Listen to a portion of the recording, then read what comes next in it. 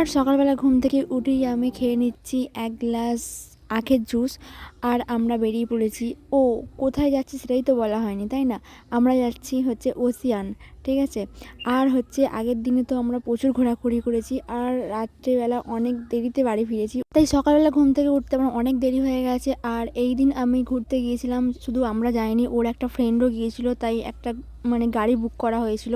তো আমি ঘুম থেকে উঠেই আমাকে বলছে আমার বর, তাড়াতাড়ি করে রেডি হয়ে নাও, তো ঘুরতে যেহেতু যাবো তো তাড়াতাড়ি করে রেডি হয়ে নাও, কিছু খাওয়া দাওয়া করতে হবে না, বাইরে থেকে খাওয়া দাওয়া করবো।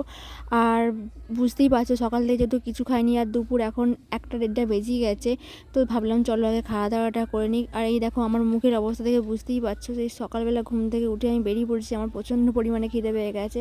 তো অনেকক্ষণ অপেক্ষা করার পর ফাইনালি আমাদেরকে খাবার দিয়েছে। আর এখানকার খাবার দাবার ভাবতাম যে ভালো না, কিন্তু এই খাবারটা টেস্ট করার পর ভাবলাম যে না, রাজস্থানি কিছু কিছু খাবার ট্রাই করলে মনে হয় ভালোই লাগবে, তাই না?